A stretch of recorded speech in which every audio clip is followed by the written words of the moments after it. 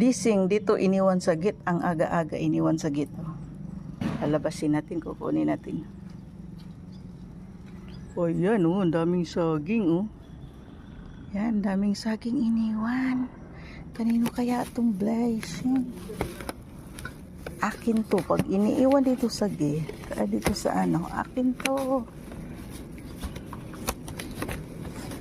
Ang dami. Oh. Hinog na. Ala. Ang hinog na oh.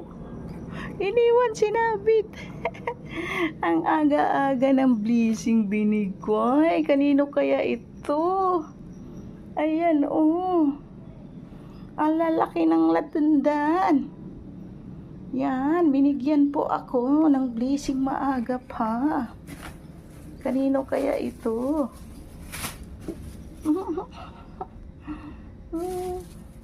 Sinabit lang doon sa ano. Thank you sa maagang blessing. Kanino kaya to? Salamat. Ang ibig sabihin, kay iniwan dyan, akin. Kaya, magandang morning. Thank you po.